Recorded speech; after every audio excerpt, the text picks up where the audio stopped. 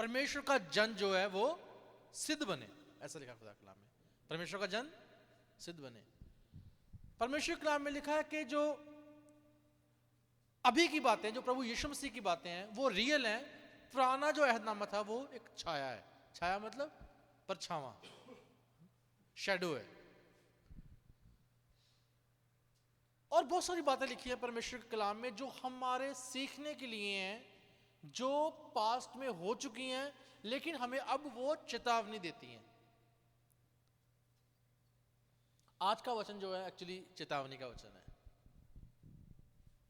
परमेश्वर के कलाम को मैं पढ़ रहा था और मैं अलग अलग करैक्टर्स के बारे में सोच रहा था जो परमेश्वर के वचन में जिनका जिक्र है, और खुदा के कलाम में उनका बहुत बार जिक्र आया। कईयों का जिक्र पुराने अहदनामे में आया, कईयों का जिक्र नए अहदनामे में भी आया। उसमें एक शख्सियत है जिसका नाम है सैमसून, सैमसन। सैमसन न्यायी हुआ, हम सब जानते हैं। जजेस की किताब हम पढ़ते हैं तो वहाँ पे जब न्यायियों का समय था तो सैमसून नाम एक इंसान है, वो एक न्यायी हुआ। खुदा के कलाम में लिखा है कि उसने 20 साल तक इज़राइल का न्याय किया। और वो समय था जब फिलिस्ती लोग इज़राइल के ऊपर राज्य करते थे, प्रभुता करते थे, और इज़राइली उनके नीचे थे। और खुदा समय समय पर अपने लोगों को उभारता था कि वो इज़राइलियों को फिलिस्तियों से बचाएं। सैमसून उनमें एक था। आपने बहुत बार एक सैमसून की कहानी सुनी होगी, लेकिन आज जो मैं आपसे शेयर करना चाहता हूँ, समय नहीं है कि हम पढ़ेंगे उसको पूरी कहानी को, लेकिन ब्रदर पढ़ना जजेस की किताब उसका 16 अध्याय, न्यायियों की किताब उसका 16 अध्याय, उसकी पहली आयत से पढ़ देना, फिर हम उसके ऊपर मनन करेंगे। तब शिमशोन गाजा को गया। माइक ले लो।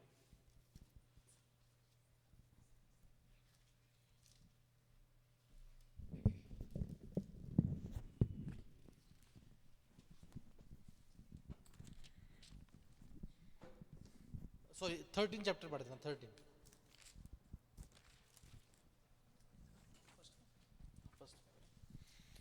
इज़राइलियों ने फिर यहोवा की दृष्टि में बुरा किया, इसलिए यहोवा ने उनको पलिश्तियों के वश में 40 वर्ष के लिए रखा। दानियों के कुल का सोरावासी मानो नामक एक पुरुष था जिसकी पत्नी के बांझ होने के कारण कोई पुत्र न था। Thank you. अब ये सैमसन की बैकग्राउंड है।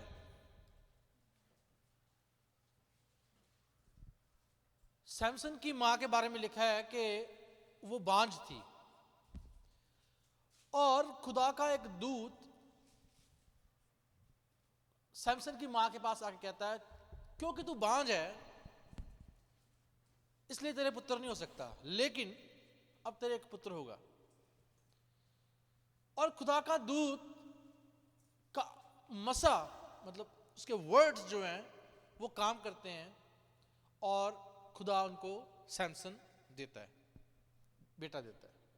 लेकिन खुदा का दूत सैमसन को और उसके पिता दोनों को, सैमसन के पिता को और उसकी माता को एक चेतावनी देता है। वो चेतावनी ये है कि जो बेटा तुम्हारे पैदा होगा वो होगा नाजीर।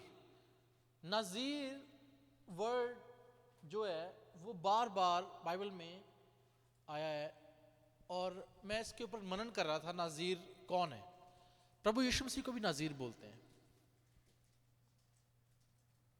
नाजराइट इंग्लिश में।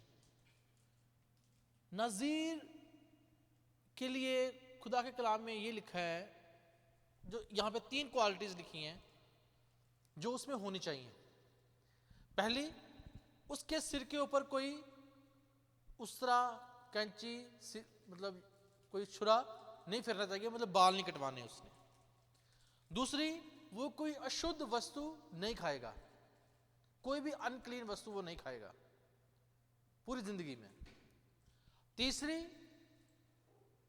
वो दाखमधु नहीं पिएगा, और जो वाइन्स में से, मतलब जो दाखलताओं में से जूस निकलता है वो उसकी चीज़ नहीं खाएगा, नहीं खा सकता वो।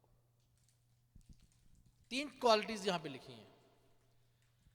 अब ये तीनों काम सैमसन के जीवन में हुए। खुदा का अभिषेक, यहां पे 2 बंदों के ऊपर खुदा ने अभिषेक किया। पहला था उसकी मां जो बांझ थी, अभिषेक के द्वारा उसके ऊपर से बंधन टूटे और उसको चेतावनी दी गई थी कि तू भी नहीं खाना, तू भी नहीं खाना। उसको ये खुदा के कलाम में पढ़े लिखा, तू भी नहीं खाना अशुद्ध वस्तु। उसके बाद जो उनका बेटा होगा उसके लिए भी लिखा, वो कौन होगा? नाजीर होगा, उसके लिए भी चेतावनी थी। लेकिन इन सब में एक बात है, लिखा खुदा का आत्मा सैमसून को उभारता रहा और खुदा का आत्मा सैमसून के साथ रहा, लेकिन सैमसून गलतियां करता रहा।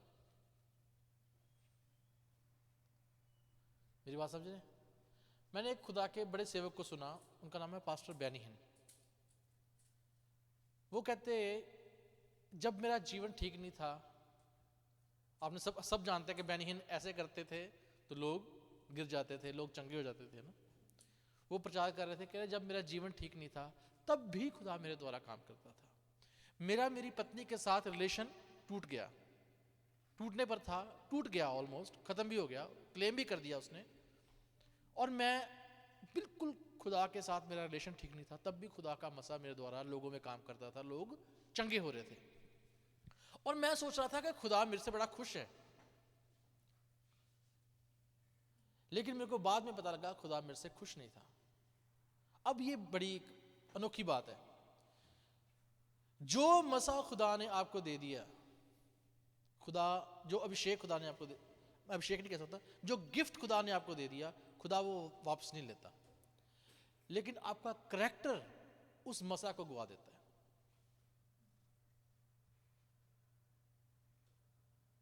अगर आपका करैक्टर उस चीज को संभालने के योग्य नहीं है तो वो मसा उठ जाएगा, गिफ्ट वापस नहीं होगा, मसा उठ जाएगा। ये सैमसन के जीवन में हुआ। परमेश्वर ने उसको चुना था कि वो इस्राएलियों को बचाए, उसने किया, लेकिन उसके ऊपर से खुदा का मसा उठ गया। ये चेतावनी है एक्चुअली। प्रभु यीशु मसीह के बारे में लिखा है कि प्रभु यीशु मसीह बचपन से लेके, मतलब जो यहूदी परंपरा है, अभी तक यहूदी ऐसे करते हैं, उनके 3 पार्ट्स होते हैं लर्निंग के। फर्स्ट पार्ट होता है 11 ईयर्स तक, जब वो घरों में बच्चों को माएँ सिखाती हैं खुदा का कलाम पढ़ना। 11 से लेके 30 साल की उम्र तक, मतलब 12 से कह लो, 12 से लेके 30 साल की उम्र तक उनको तालीम दी जाती है स्कूलों में जाके, जहाँ से वे सीखते हैं खुदा का कलाम, जो 5 पहली किताबें हैं उसके ऊपर वो सीखते हैं। और 30 साल के बाद वो उनको बोलते हैं रब्बी, जो एडवांस स्टडी में चले जाते हैं। इसलिए प्रभु यीशु मसीह को रब्बी बोला गया, क्योंकि वो 30 साल के ऊपर थे और वो बातें बता रहे थे जो कलाम में से थी, इसलिए रब्बी, काफी लोगों ने उनको रब्बी बोला। रब्बी ये आम वर्ड नहीं था, रब्बी ये उस बंदे के लिए था जिसको गुरु कहते हैं, गुरु वर्ड था। और 12 साल में वो बात कर रहे हैं याजकों के साथ और पुरनियों के साथ, खुदा के कलाम में लिखा है। तो वो कहते हैं इसके पास इतना ज्ञान कहाँ से आया, क्योंकि उसके पास ऑलरेडी रब्बी वाला कलाम था, राइट। इसलिए स्पेशल खुदा के कलाम में लिखा गया है कि 12 साल का था जब वो मतलब यहूदियों के पुरनियों से बातचीत कर रहा था। उसका मोटिव ये लिखने का ये था कि प्रभु ऑलरेडी 30 साल के कलाम को 12 साल की उम्र में जानते थे। अब यीशु मसीह के बारे में लिखा है, जब यीशु मसीह का बैप्टिज्म हुआ तो पवित्र आत्मा ऊपर से उतरा और नबूवत हुई, आकाशवाणी हुई, ये मेरा प्रिय पुत्र है। तो उस टाइम तक तो यीशु मसीह ने कोई काम किया ही नहीं। उसके बाद प्रभु यीशु मसीह कहाँ गए? जंगल की ओर गए, फास्टिंग की, उसके बाद आगे चेलों को चुना। फिर खुदा ने, प्रभु यीशु मसीह ने कलाम शुरू किया, स्वर्ग का राज्य निकट है, मन फिराओ, अपने पापों से पश्चाताप करो। तब शुरू किया खुदा ने कलाम, प्रभु ने। लेकिन खुदा का कलाम उसके पास पहले पहुंच गया आकाशवाणी के द्वारा, ये मेरा प्रिय पुत्र है जिससे मैं प्रसन्न हूं। क्यों? करैक्टर। उन्होंने अपने जीवन के द्वारा खुदा को प्रसन्न किया।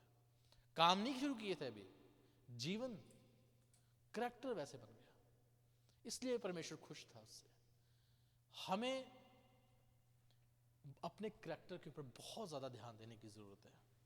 रियली रियली पास्टर अनसमल को मैं सुन रहा था, मैं ब्रदर अमजद से बात कर रहा था एक दिन।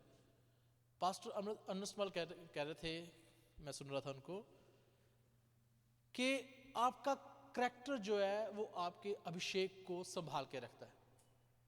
अगर आपका करैक्टर गिर गया तो आपका अभिषेक उठ जाएगा। मतलब आपका करैक्टर जो है वो आपके अभिषेक की रखवाली करता है। बहुत सारे लोग खुदा के कलाम में ऐसे हुए हैं जिनको खुदा ने रियली अभिषेक किया, काम के लिए यूज करना चाहा, लेकिन उन्होंने अपना अभिषेक गुआ दिया। एली उनमें से हुआ।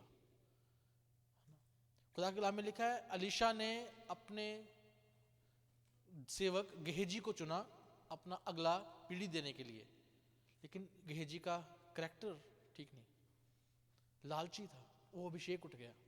इसीलिए गेहजी के द्वारा मुर्दा जिंदा नहीं हुआ।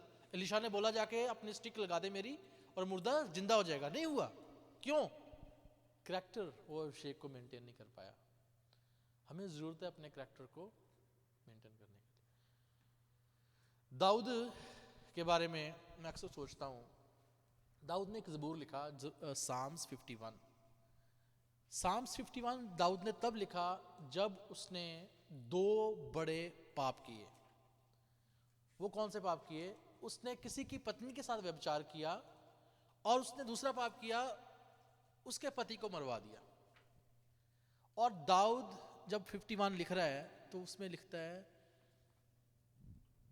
कि अपने आत्मा को मेरे से दूर ना कर, मेरे अंदर एक शुद्ध, ब्रदर पढ़ना, psalms 51 verse 10 and 11। Psalms 51 verse 10, 11। हे परमेश्वर, मेरे अंदर शुद्ध मन उत्पन्न कर और मेरे भीतर स्थिर आत्मा नए सिरे से उत्पन्न कर।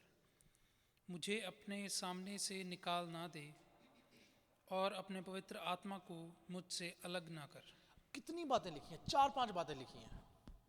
मेरे अंदर एक शुद्ध मन, शुद्ध दिल पैदा कर और मुझे अपने सामने से निकाल ना दे और अपने पवित्र आत्मा को मेरे से दूर ना कर। ये बातें ना बड़ी गंभीर बातें। एक एक बात के ऊपर मैं पूरा मतलब 1 घंटा बोल सकता हूं। रियली मेरे मन अंदर एक शुद्ध मन पैदा कर। अब शुद्ध मन पैदा करना, इट्स लाइक ट्रांसप्लांटिंग, ट्रांसप्लांट करना उसको कहते हैं। क्योंकि इंसान के दिल में क्या हमेशा बुराई निकलती है। और एक जगह दाऊद कहता है कि मुझे मेरे ढिठाई के पापों से दूर कर। अब जो ढिठाई के पाप होते हैं ना, वो पता क्या बन जाते हैं? वो हैबिट बन जाते हैं और वो नाश का कारण बनते हैं, ढिठाई के पाप। क्यों? क्योंकि इंसान को उन पापों में से मतलब रस, जूस कहते हैं जिसको, वो मतलब मिलना शुरू हो जाता है और वो अपने दिमाग में उसको पाप सोचता ही नहीं है कि ये पाप है, वो हैबिट बन जाती है। इसीलिए आज पूरे वर्ल्ड में बहुत सारे पाप ऐसे हैं जो हमें नॉर्मल लगते हैं, नॉर्मल, बिल्कुल नॉर्मल लगते हैं। क्यों? क्योंकि वो हैबिट बन चुके हैं, वो सोसाइटी ने उसको अडॉप्ट कर लिया, ठीक है चलने दो, कोई बात नहीं। लेकिन दाऊद कहता है मेरे अंदर एक शुद्ध मन पैदा कर, नए सिरे से पैदा कर और मुझे ढिठाई के पापों से आजाद कर। हमें रियली सतर्क होने की जरूरत है।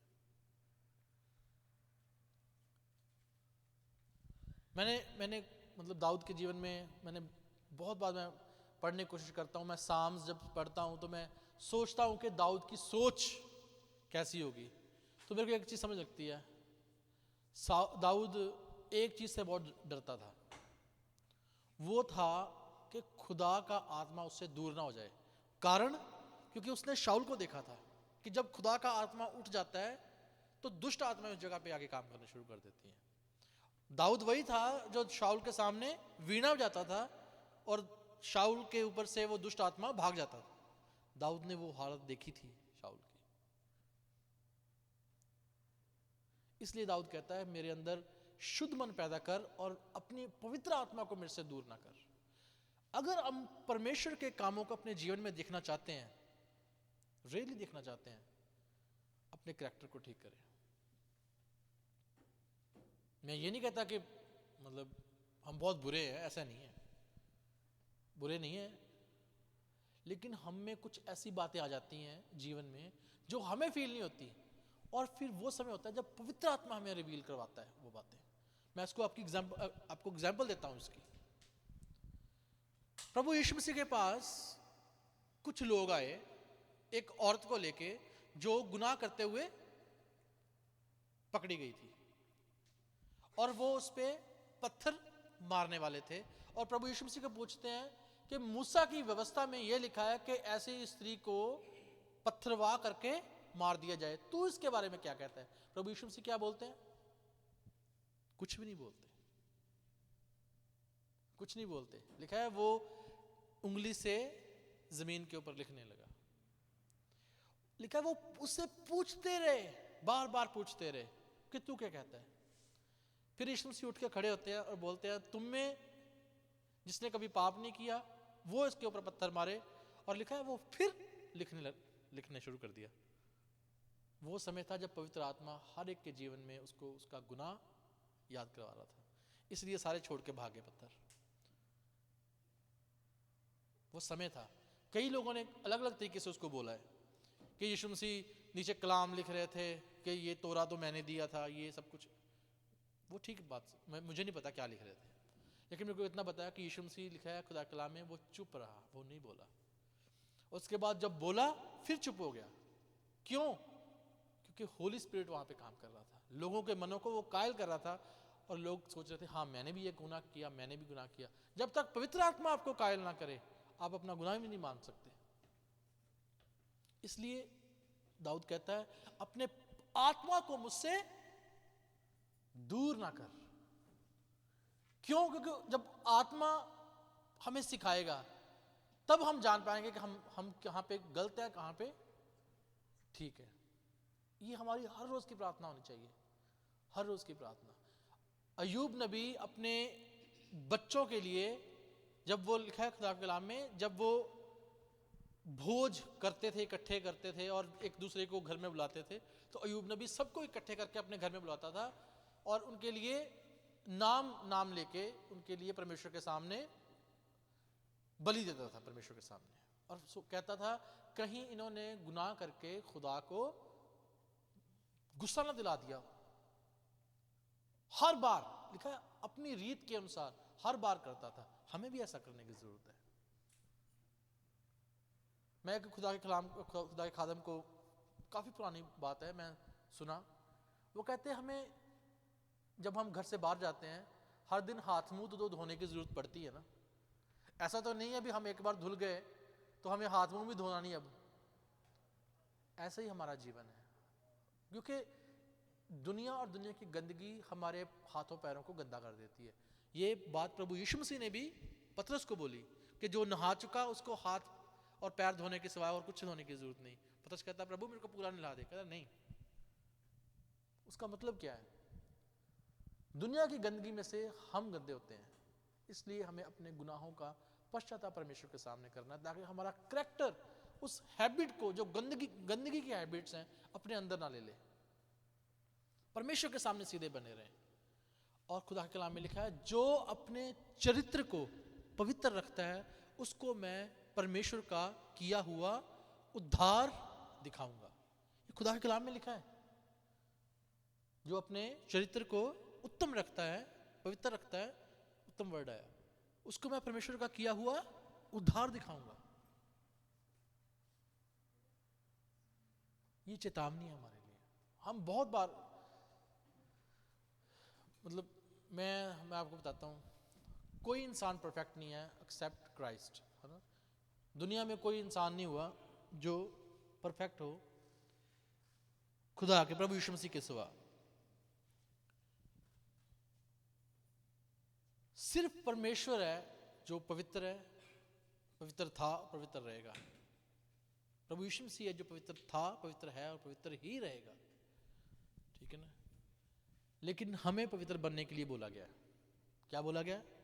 जैसे मैं हूं तुम भी पवित्र बनो।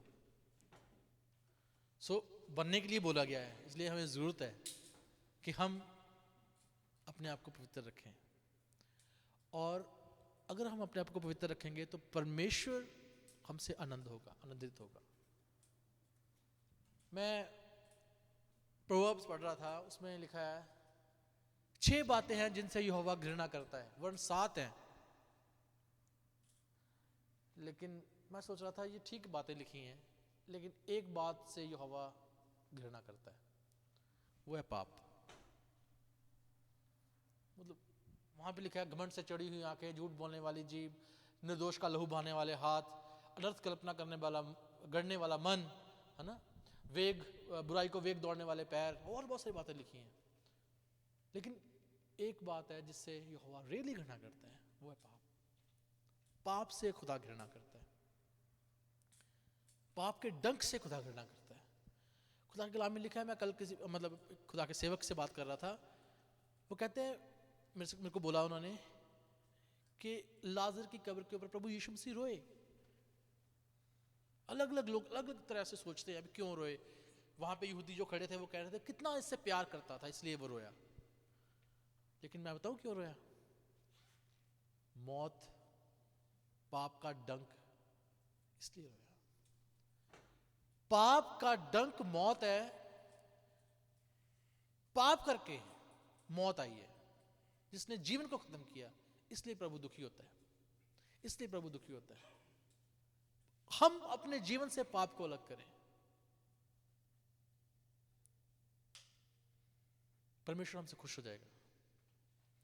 अगर हम अपने जीवन को पवित्र रखने की कोशिश करें, पवित्र आत्मा हमारे साथ हमारा सहायक बन जाएगा। मैं खुदा के कलाम में पढ़ रहा था, वहां पे लिखा है, साम्स में लिखा है कि परमेश्वर तेरे मन की इच्छा के अनुसार तेरे लिए कर देगा। अगर परमेश्वर हमारे मन को देखता है भी इसकी इच्छा क्या है, वैसा वैसा हमारे लिए परमेश्वर करना। अगर हम चाहते हैं कि हम पाप से दूर रहे, परमेश्वर अपने पवित्र आत्मा को हमारे सपोर्ट के लिए भेज देगा, भी तू उसकी मदद कर। ये फैक्ट है। इसलिए प्रभु यीशु मसीह ने बोला जब सहायक आएगा तो तुम सामर्थ्य पाओगे। पवित्र आत्मा हमारी दुर्बलता में हमें सामर्थ्य देता है। ये काम पवित्र आत्मा का है। दुनिया में कोई इंसान, मैं आपको और बता देता हूं, दुनिया में कोई इंसान अपनी विल पावर से पाप के ऊपर फतह नहीं पा सकता। कोई ऋषि मुनि, कोई तपस्वी कहां मर्जी बैठ जाए, जो मर्जी कर ले, नहीं पा सकता, क्योंकि पाप ने आदम के ऊपर प्रभुता की है। इसलिए अब भी आदम के ऊपर पाप की प्रभुता है। ये फैक्ट है। सिर्फ एक इंसान है, एक पर्सन कहूंगा, पवित्र आत्मा है, जो उसके ऊपर फतह पाता है, और वो हमारे साथ है, तो हम उसके ऊपर फतह पा सकते हैं। हमें रियली पवित्र आत्मा की जरूरत है। इसलिए दाऊद कहता है, अपने आत्मा को मुझसे दूर ना कर। वी नीड होली स्पिरिट, पाप से दूर रहने के लिए। अगर हम परमेश्वर को खुश करना चाहते हैं तो परमेश्वर को बोलें, प्रभु मेरे अंदर एक शुद्ध मन पैदा कर, मुझे बुराई से बचा के रख, और अपनी आत्मा को मेरे से दूर ना कर। और अगर हम ऐसा बोलेंगे परमेश्वर को, तो यकीन जानिए हम अभी भी प्रार्थना करेंगे, खुदा का पवित्र आत्मा हमें सपोर्ट करेगा, क्योंकि वो हमारी दुर्बलताओं के लिए ही हमारे साथ है। इसलिए खुदा के कलाम में लिखा है, जब मैं दुर्बल होता हूं, निर्बल होता हूं, तभी मैं बलवान होता हूं। क्यों? क्योंकि उसकी सामर्थ मेरे में प्रभुता करती है, सामर्थ मेरे साथ रहती है। We need Holy Spirit, we need it. एक और बात मैं बोलना चाहता हूं, 2 बातें एक्चुअली मैं बोलना चाहता हूं, मैं जल्दी खत्म करूंगा। अगर हम चाहते हैं कि हम ठोकर ना खाएं जीवन में, अगर हम चाहते हैं कि हम ठोकर ना खाएं जीवन में, ब्रदर पढ़ना साम्स चैप्टर 16 वर्स 8। वहां पे लिखा है कि मैंने यहोवा को अपने सन्मुख रखा है, सामने रखा है। पढ़ना 16 की 8। मैंने यहोवा को निरंतर अपने सम्मुख रखा है, इसलिए कि वह मेरे दाहिने हाथ रहता है, मैं कभी ना डगमगाऊंगा। आमीन। आमीन। अगर हम चाहते हैं कि हम अपने जीवन में ठोकर ना खाएं, परमेश्वर को, खुदा को हमेशा अपने सामने रखें। मैंने यहोवा को निरंतर अपने सन्मुख रखा है, वो मेरे दाहिने हाथ बना रहता है, इसलिए वो क्लेम कर रहा है कि मैं नहीं डगमगाऊंगा। हमारे जीवन में हर तरह की परेशानियां हमारे सामने खड़ी रहती हैं, लेकिन एक बात याद रखें, अगर परमेश्वर हमारे साथ है, हमारे दाहिने हाथ में है, तो we will not stumble, we will not, because खुदा का हाथ हमारे साथ रहता है। अगली बात,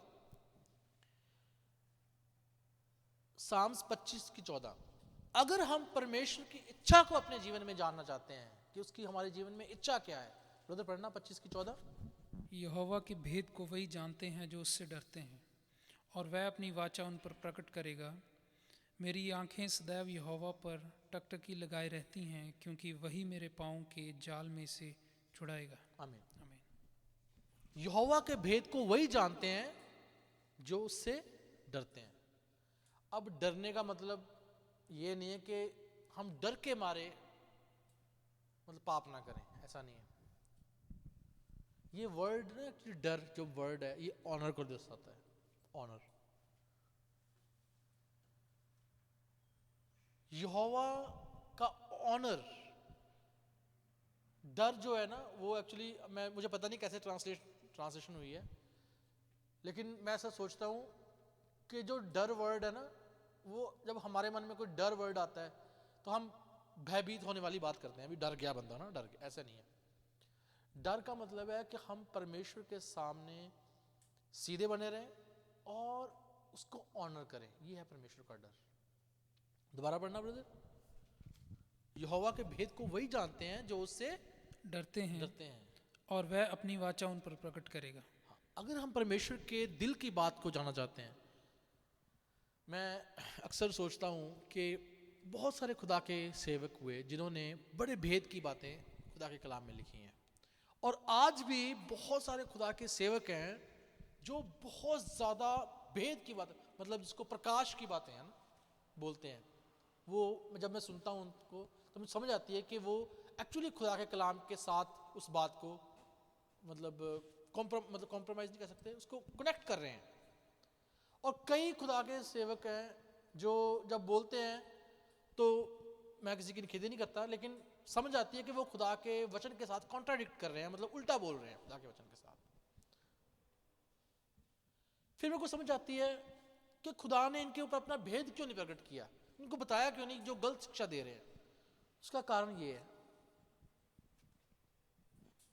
यहोवा अपने भेदों को उसके ऊपर प्रकट करता है जो उससे डरते हैं, जो उसके प्यार करते हैं। एक जगह लिखा है प्यार करते हैं, अपने भय मानने वालों को और अपने प्यार करने वालों के ऊपर खुदा अपने दिल की बात को खोलता है। इसलिए पौलुस बहुत ज्यादा भेदों की बातें लिख पाया। इसलिए पतरस कहता है पौलुस के बारे में कि पौलुस की बातों को समझना कईयों के लिए, मतलब बहुतों के लिए मुश्किल, बहुतों लिखा बहुतों के लिए मुश्किल है। कारण क्योंकि यहोवा के भेद की बातें हैं वो, क्योंकि वो खुदा के करीब था। जितना ज्यादा करीब होगा इंसान परमेश्वर के, उतना ज्यादा उसमें से रेवलेशंस बाहर आएंगे। और वो रेवलेशन ऐसे नहीं होंगे, मैं आपको पहली बार बता देता हूं, वो झूठ मूठ की प्रोफेसिस नहीं होंगी कि मैं देख रहा हूं ये हो रहा है, मैं देख रहा हूं वो हो रहा है, मैं देख रहा हूं ऐसा हो जाएगा, ऐसा नहीं होगा।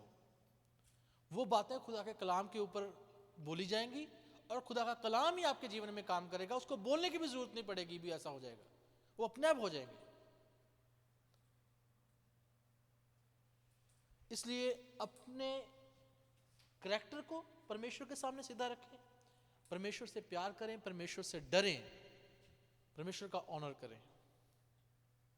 जितना ज्यादा आप परमेश्वर के पास जाएंगे, उतना ज्यादा परमेश्वर अपने दिल की बातें आपके साथ खोलेगा, उतना ज्यादा परमेश्वर आपके पास पाप को लगने नहीं देगा, क्योंकि पवित्र आत्मा की हुजूरी आपके साथ रहेगी। और जब पवित्र आत्मा की हुजूरी आपके साथ रहेगी तो फिर पाप वहां पे आ नहीं सकता। और अगर पाप आने की कोशिश भी करेगा तो पवित्र आत्मा आसे पासे का जो माहौल है उसको चेंज करना शुरू कर देगा। ये मैंने खुद देखा अपनी आंखों से। एक पास्टर ने प्रचार किया कि लोगों को गंद में से निकालने के लिए गंद में घुसना पड़ता है। ऐसा कहीं नहीं लिखा खुदा के कलाम में, ऐसा नहीं लिखा खुदा के कलाम में। लोगों को गंद में से निकालने के लिए पहले गंदे होना पड़ेगा। वहां तो लिखा भी सूरों से अलग रहो, वो तुम्हें फाड़ देंगे, ये लिखा है। हमें पाप से, क्योंकि खुद अगर हम खुद गंदे हो गए दैट मीन्स कि हम फिर पाप में लिप्त होने की कोशिश कर रहे हैं, और खुदा हमें देखेगा नहीं। वचन में लिखा खुदा पाप को देख नहीं सकता। इसलिए प्रभु यीशु मसीह ने जब सलीब के ऊपर थे बोला, हे मेरे परमेश्वर तूने मुझे क्यों छोड़ दिया? कारण क्योंकि खुदा के कलाम में लिखा है वो उसके ऊपर दुनिया, वो देखो वो बर्रा जो दुनिया के गुनाहों को उठा ले जाता, उसके ऊपर दुनिया के गुनाह थे उस टाइम, इसलिए परमेश्वर उससे अलग हो गया, बिकॉज वो देख नहीं पाता पाप को। परमेश्वर आप सबको आशीष और बरकत दे। अपने आप को परमेश्वर के सामने हमेशा शुद्ध रखें, पवित्र रखें। पवित्र आत्मा को मांगे अपने जीवन में, परमेश्वर मेरे को शुद्ध कर, मेरे अंदर एक शुद्ध मन पैदा कर। सैमसून के बारे में मैं बहुत कुछ बोल सकता हूं। सैमसून ने कैसे मसा गवाया। सैमसून की हैबिट बन गई थी। पहले वो एक स्त्री के पास गया, वो उससे भेद निकलवा लिया उसने। दूसरी स्त्री के पास गया, पहले उसने शेर को मारा, और जब शेर की लोथ में मधुमक्खियों का छत्ता लग गया तो उसने वो खा लिया, फिर पहेली डाली। आप घर जाके पढ़ लेना इस चीज को। पहली बार बच गया वो।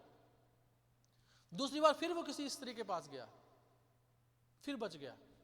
तीसरी बार फिर स्त्री के पास गया, फिर नहीं बचा, क्योंकि उसके पाप उसकी हैबिट बन गई थी। वो मसा गवा चुका था ऑलरेडी, इसलिए नहीं बचा। हम कई बार बार वही हमारी हैबिट बन जाती है। हम अपना मसा गवा देते हैं, हम खुदा की हजूरी को गवा देते हैं। आखिर में उसको ये प्रार्थना करनी पड़ी, परमेश्वर एक बार मेरे को दोबारा वो ताकत दे दे। और बाइबल के स्कॉलर्स कहते हैं कि सैमसून ने आत्महत्या की थी। उसको पता था कि मैं भी साथ में मरूंगा,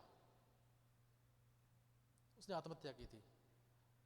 वो उसको पता था मैं तो मरना है, इनको भी मार दूं। That was a suicide. इसलिए पाप से दूर रहें। खुदा नहीं चाहता है कि आपके जीवन में किसी तरह का पाप हो। खुदा चाहता है आप शुद्ध बने, जैसा परमेश्वर हमारा मसीह पवित्र है। परमेश्वर आप सबको आशीष और बरकत दे। Thank you very much. अपनी आंखों को बंद करें, अपने गुनाहों को परमेश्वर के सामने रखें। परमेश्वर भला परमेश्वर है, वो पापों को माफ करने वाला है। खुदा के कलाम में लिखा है, ना रब जिस दे पापां दा करदा हिसाब, ओ तन है ते दिल ओदा नहीं खराब। खुदा, दाऊद कहता है, क्या ही धन्य है वो जिसके गुनाहों का खुदा लेखा ना ले। लेकिन एट द सेम टाइम दाऊद कहता है, परमेश्वर मुझे ये ढिठाई के पापों से दूर रख, मेरे अंदर एक शुद्ध मन पैदा कर, मुझसे अपना पवित्र आत्मा दूर ना कर।